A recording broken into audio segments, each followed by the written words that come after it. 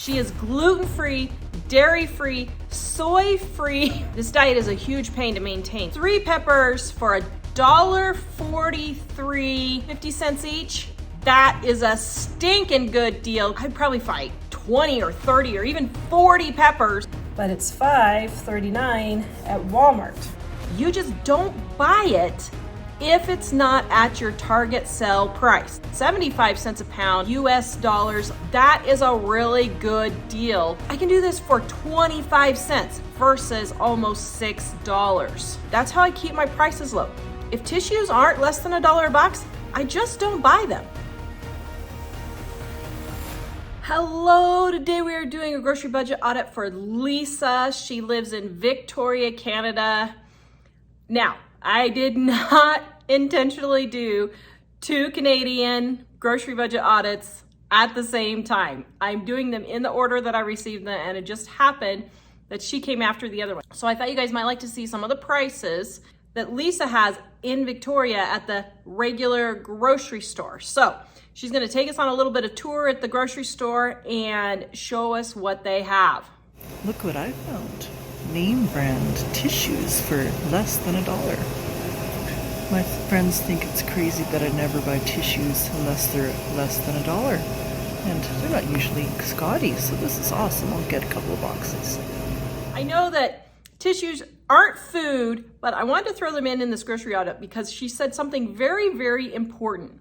She only spends $100 a month on groceries, and then she spends about $200 eating out a month. Now, she is debt-free, makes a good average income, so I'm really okay with her spending that much if she wants, but I found it interesting.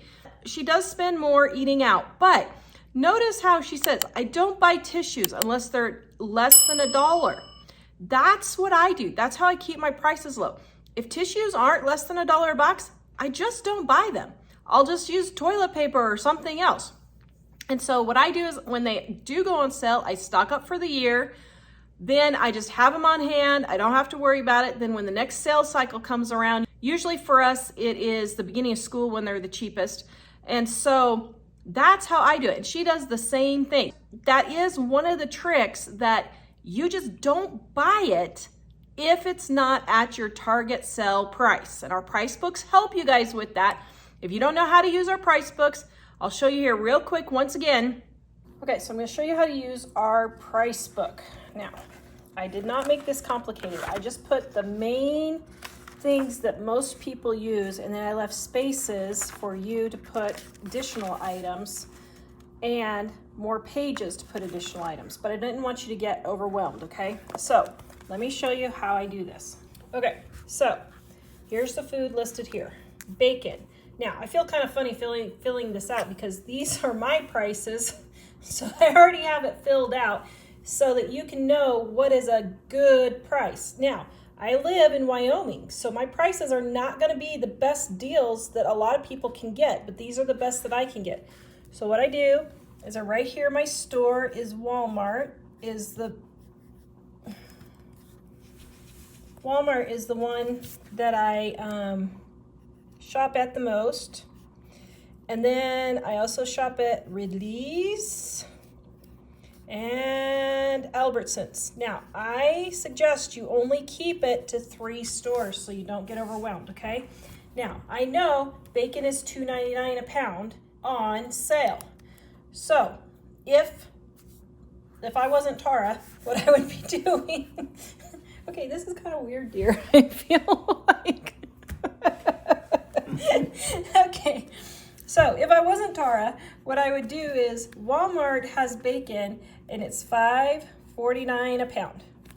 Now, what I would do is Ridley's is where I get my bacon for $2.99. So what I would do is put $2.99 here, and then I would put the last date that it went on sale. So let's say December 12th, okay? Then I'll watch when it goes on sale again, and I'll put the next date, let's say February 5th.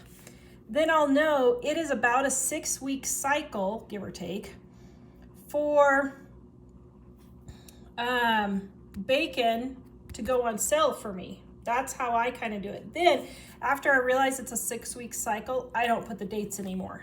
So then I just erase it and I just do okay, I have a cruddy pencil. This would have been good if I would have had a better pencil. And so then I just put $2.99 and then I just leave it at that, okay? Beef roast, normally $2.99. Release had it on sale for $3.49 the other day. Ground beef, it was $2.47 and it was $2.37 at Albertsons, but it's $5.39 at Walmart. So you can guarantee that when I see it on sale at $2.37 at Albertsons, that is my stock up price. Knowing your target price and not buying it above that price is a way to make sure you're always getting the best bang for your buck. Okay, now here she's showing oat milk is $5.67. I had a cow. She did not buy this. But guys, I can make oat milk for 25 cents at home. If you remember one of my other videos, but guys, I can do this for 25 cents versus almost $6. The next thing she is showing is butter at $7.97.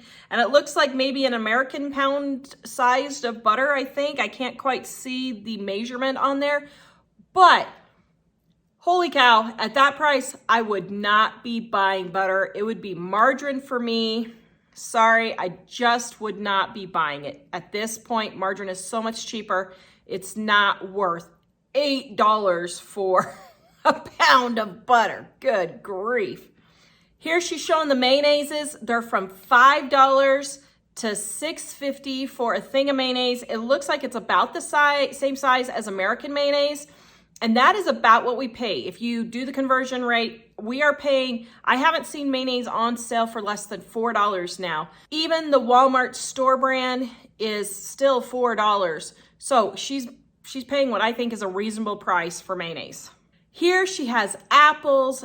She said it is 8 pounds, so that's about 90 cents a pound, which is about 75 cents a pound in US dollars. Let me tell you, that is a really good deal. Now, that's not an excellent deal. We saw some on Monday's show that were 57 cents. I think it was Maine. I can't remember where it was, but I have not seen apples below, I think 89 cents here in Wyoming is what the cheapest I've seen since we've been here.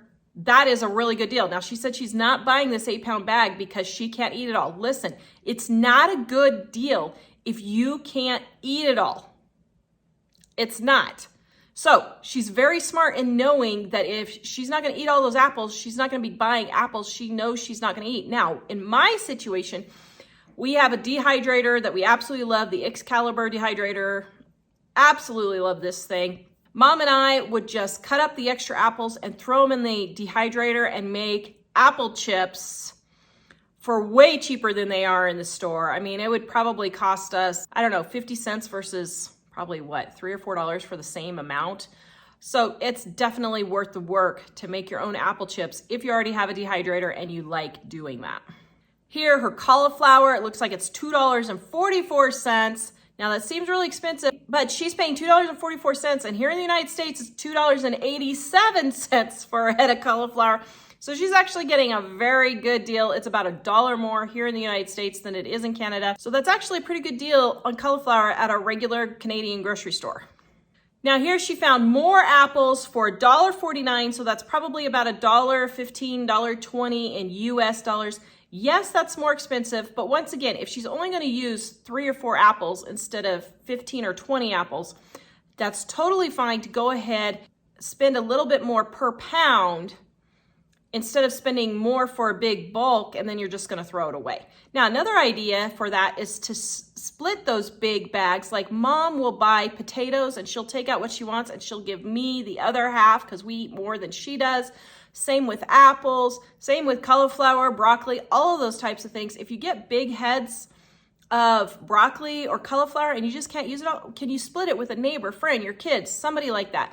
See if you can start splitting it up, especially if you're single. That is a good way to get the lower price on buying in bulk, but not having to eat it all or worry about it all. The other thing she can do is freeze those.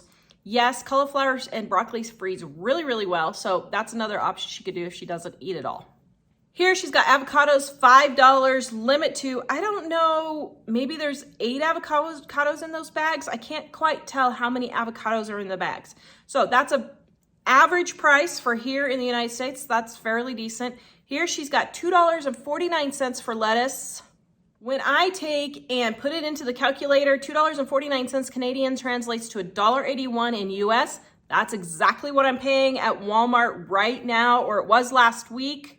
Okay, I just went and looked and I stand corrected. Now it is $1.72 instead of $1.81. So that's what I did pay, $1.81 last week for, so now it's $1.72. 10 cents isn't really that big of a deal. Here she has red peppers for $1.97 a pound. So that's about $1.60 a pound, not per. I don't know how much a pepper weighs. So I'm kind of guessing 3 peppers, 4 peppers in a pound probably. I just decided to go ahead and Google it just to see, and it looks like 1/3 of a pound is a pepper. So she gets 3 peppers for $1.43. That means they're about 50 cents each. That is a stinking good deal compared to the United States. You can see right here, 84 cents is what we pay for peppers. So she's got a really good deal on red peppers. That's a green pepper that I just showed you. Let me look and see what a red pepper is. Oh my goodness, $1.48 is what we are paying for red peppers. Okay, she's got a really good deal on those red peppers. So if I found that kind of a deal, what I would do is I'd probably buy 20 or 30 or even 40 peppers. What I would do is get the 40 peppers, and then we use peppers for mostly fajitas in our house. So what I would do is cut them up into fajita strips and throw them in the freezer and then just pull them out as we needed for fajitas. Oh my goodness, that is a stinking good deal. So here she has another oat milk. It looks like it's about the same size as our half-gallon oat milks. I don't know for sure. I couldn't see the size, but she's paying $2.88. We pay $3. We pay $3.78. So that means she's only paying in US dollars like $2.30 versus our $3.78, almost $1.50 cheaper is her oat milk. Now, if she's gonna buy oat milk, instead of making it, what I would do is I would go in and buy the limit. It looks like there's a limit of 4 maybe. And so what I would do is go and buy my limit of 4 and then freeze the other 3 and keep them. And if you don't use the oat milk in the great big container, you can freeze it in little ice cube trays and then just pop those out and put them in a freezer bag. An ice cube tray like this freezes 2 tablespoons of liquid. So then she can just pull out 2 oat milk cubes if she needs 1/4 of a cup to make muffins or whatever she's making. So that is what I would do if I decided not to make my oat milk. Honestly, for 25 cents versus $2.88, I still would make my own oat milk. All right, now she said her biggest problem is boredom. And we're gonna go through and see what she has in her kitchen cabinets to see if I can come up with some ideas to help her with the boredom problem of eating. She is gluten-free, dairy-free, soy-free, everything I could tell in her video, maybe a few other things. This diet is a huge pain to maintain, so I can totally understand how she is bored with what she's eating. Okay, here we have one shelf in my pantry. I have canned pears, 3 quarts of turkey broth, 2 pints of apple chutney, and a whole lot of different canned beans. Up here I have 5 more quarts of broth, and down here I have more broth and a couple of squash. Okay, she likes canning. That's fine. She's canning foods that she eats and that she likes to make it quicker and easier. She is still working. She's not retired yet. And so that will make meal prep a lot quicker and easier for her when she gets tired and she gets home from work. And in this box is a whole bunch of extra herbs and spices. I like to buy those on sale. I do use pretty much everything. I think there's one in there I've only used once. And that is an Indian basil, but I'll get through it. Okay, that is great. She's not throwing away spices just because they're getting older. Guys, the potency might go down on spices as they get older, but they are still perfectly fine. So if you have older spices, all you need to do is just use, instead of a teaspoon, maybe use 2 teaspoons. If it's Italian seasoning, let's say, and it just doesn't taste as potent as it used to, just add double the amount. They are still good. They're not going to give you food poisoning or anything. It's a dried product. It's perfectly fine. So just go ahead and just add a little bit of extra, but get it used up like she's doing. Don't throw away perfectly good food just because it's past the expiration date. Down here is a little shelf of sweeteners, white sugar, raw sugar a friend of mine left behind when she was staying with me, blackstrap molasses, and some syrup. Okay, notice she kept the sugar after her friend left. Now, she may not eat the sugar. She's probably sugar-free also if she's on the same diet I am. And so she's keeping the sugar, even though she's not using it herself. Maybe she needs to take a meal to a friend or something, and she could use it for that. Then she's not having to buy sugar later. Even though she doesn't use that product right now, she's saving it and has a plan probably for it in the future. Bread, sandwich meat, and Swiss cheese. I realized, well, I discovered, I can eat 2 kinds of cheese, one of them being the good Swiss cheese and the other one being Parmesan, and that's the Parmesan over there. And then some sliced ham and turkey, so I can make a Monte Cristo sandwich. Okay, I wanted to point this out because I was like, wait a minute, she's dairy-free. How is she eating cheese? I have to tell you, I really miss cheese on a dairy-free diet. I really do. I'm supposed to be dairy-free, grain-free, gluten-free, sugar-free, not eat beef. It's like I might as well just eat ice cubes. Good grief. What am I supposed to eat? So I understand her frustration. And when she said she figured out she was able to eat Parmesan and mozzarella, I was like, whoa, girlfriend, what are you doing? How did you figure that out? And so I'm just giving this information for those of you who have the same problem as us. What she said was, it's the different bacteria that they use to process that cheese.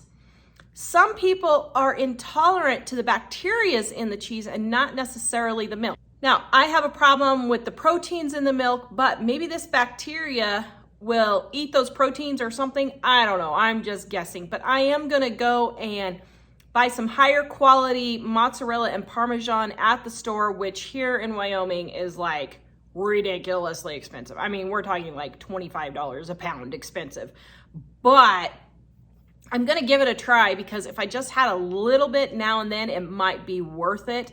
And so if you're dairy-free, you might try different cheeses and see if it's the bacteria that's affecting you and making you not feel good instead of the milk in there, or maybe the bacteria reacts with the milk in one way so it doesn't bother you. Because I know that some people who are gluten-free, when they go to Europe, if they're gluten-free here in the United States, they can eat European bread. It's because they have a different wheat. Now, I did buy some of that wheat. I found some of that wheat here in the United States, and I made my own homemade bread, and I tested it, and I still had a reaction, unfortunately. But you may not have that same reaction. So just keep researching, guys. If you have these intolerances and allergies and sensitivities, I know these diets are a huge pain, and really you get to the point where you're like, why do I even go on living? I'm never eating a cinnamon roll again in my life. Is this even worth it? So I get that, but keep trying because there might be here and there different things that you didn't realize your body could handle. I've got, well, this is broth, and then this is cream of asparagus soup, and that is beef broth. Okay, so several people have said, what? You can freeze in glass jars? Yes, you can freeze in glass jars. So for those of you who don't know, leave a little bit of room. See how she's got a little bit of room on the top here for expansion? Leave, I don't know, probably what, an inch at the top. And you can put your broths and all of those types of things in your freezer in glass jars, and they will store perfectly fine in the freezer. Just leave a little extra space for expansion when whatever's in there, you know, because frozen things, they expand. So just leave it a little extra room so your glass jar doesn't break. Freeze-dried strawberries I got from the dollar store. Okay, let's talk about the freeze-dried strawberries for just a second. Listen, on this diet, one of the problems is when you're so super restricted, is finding fun things and treats to eat. And freeze-dried strawberries is a great idea, and the Dollar Tree has great freeze-dried foods for you to try if it's on your list of foods that you can eat. So what I do when I go, I will pick up several bags of theirs for my sweet treat that I can have. And then they're not super expensive, but it's something fun that I like, that I'm able to eat. So the fact that she's getting those at the Dollar Tree is a very good money-saving tip. Bacon grease. Okay, she's going through her oils and she's showing us she's got bacon grease. Yes, guys, this is one of the tricks when you're on a restricted diet is save your bacon grease and use it. Use it in your eggs. I use it in my chili. I heard this idea where to grease your baking pan for your rolls and that kind of thing. So when I make gluten-free cornbread, I'll just grease the inside of the pan with bacon grease and it adds a really good flavor. No, it doesn't taste bacony, but it just adds a really good flavor.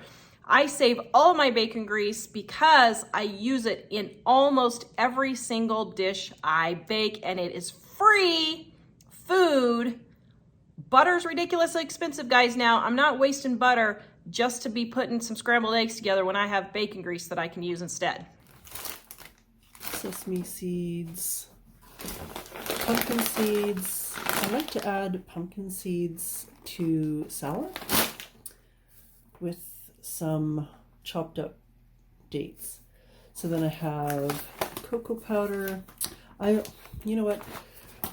I only use this cocoa powder just a tiny little bit in my coffee. And that's it. I've had it for, this little package of cocoa powder will last me like 2 years. I heard it was anti-cancer and I've been doing it ever since. Uses cocoa powder for health reasons, but that's a great idea. I didn't even think about just putting a little bit of cocoa powder in your coffee. If you want your mocha, whatever it is, just take a little bit of cocoa powder and put it in there with your dairy-free milk, and that would make a great fake latte type drink. That's a great idea. Himalayan salt, brewer's yeast, chia. Here's the dates that I add into my salad. Oh, cocoa butter. I wanted to try my hand at making my own chocolate. I thought that sounded like a fun little experiment. Okay, so that's really interesting. I'd never thought about making your own chocolate. I don't know how she did. I'm curious to see, has anybody made your own chocolate? I'd be curious to know if you have, because that's one I have not done yet. Okay, wrapping things up. Here I have some parsley that I grew, peppermint, and thyme. And these are the red peppers I'm going to roast. Some pears a friend gave me, nasturtium seeds, and strawberry spinach berries. Okay, so there's the peppers she got, and she's roasting her own red peppers. Yes, that's a great idea. You can roast your own red peppers. And then what I would do is use my sun-dried cherry tomato recipe. I'll put it in right here for you to see how it's done. Take your tomatoes and you cut them in half and you put them in the dehydrator, and then you have nice dehydrated tomatoes. We're gonna fill our jar.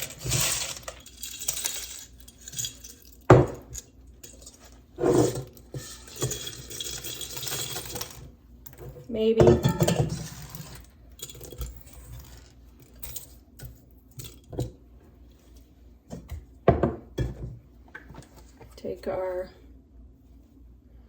Take our olive oil.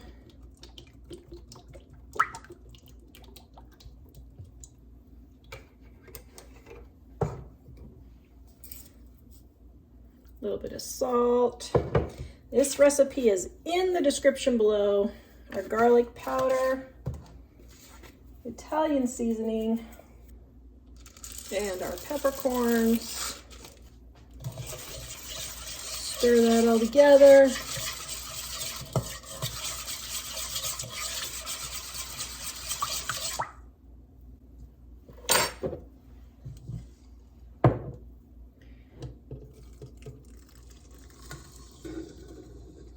top it off with oil.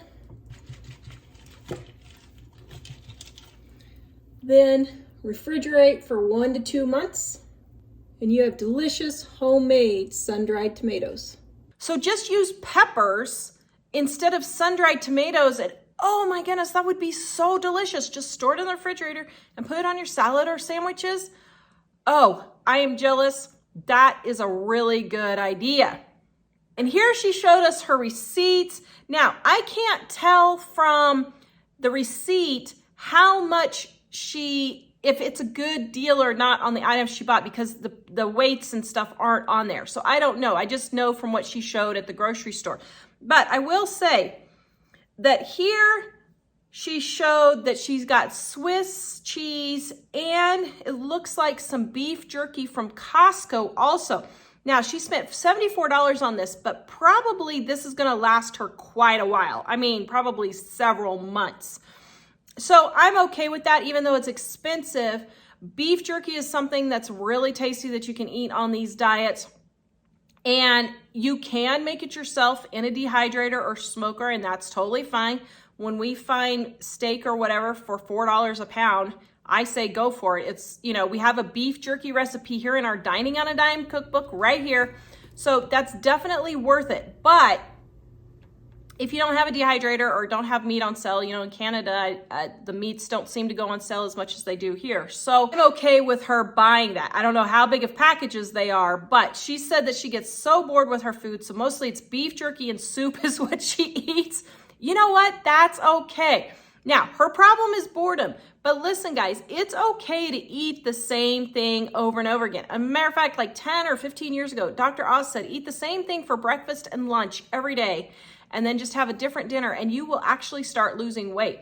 Because what happens is you just start eating more and more and more, when if you just eat the same thing over and over again, okay, this is my meal, this is it, I'm done, and I'm moving on. So it's actually okay to eat the same meal over and over again. It's not gonna hurt you by any stretch of the imagination.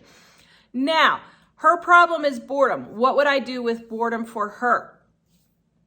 What I would do is she has all of these baking supplies right here for her gluten-free diet. So I would just go in and just make it a challenge. It sounds like she doesn't really like to cook that much because it's only her by herself. I totally get it. But go in and challenge yourself once a week or twice a week to just find a new recipe and try it. And then find some really good recipes that you enjoy that you can make over and over again. My gluten-free, dairy-free cookbook right here. I have tested all of these recipes. I've tested them all because I didn't want gluten-free foods that tasted like sand. So I would go on the internet and look for recipes, or if she's in Canada, so she'd have to get she'd have to get my cookbook by ebook. But if you're in the United States, get something like my cookbook and pick one item a week or one every few days and force yourself to make a new dish and have fun with it, because that's where the problem is. You're not forcing yourself to make a new dish. The other thing is, when you find foods that you really like the freeze-dried strawberries or the red peppers that you're going to roast, go ahead and get several of them and get them stocked up. Then when you're having a bad day at work and you're tired and you come home, you have some comfort foods on hand all the time, so you're not just running out getting something. That's probably what she's doing with her $200 a month eating out. She's probably like, I really don't want beef jerky and soup again, so I'm gonna go get X at wherever place. I don't know what Canadians have for restaurants there, but that's probably what's happening. So force yourself to, one, keep those foods that you love on hand. Next, try some new recipes. Force yourself to try some new recipes. You need to remind yourself that it's okay that if you just like eating the same thing over and over again, don't let the world pressure you into eating something different. It's okay to eat the same thing over and over again. I hope that was helpful. Thank you, Lisa, for showing us more Canadian grocery prices. I did not do this on purpose, I promise. Please visit us at livingonadime.com, and we will see you guys next time.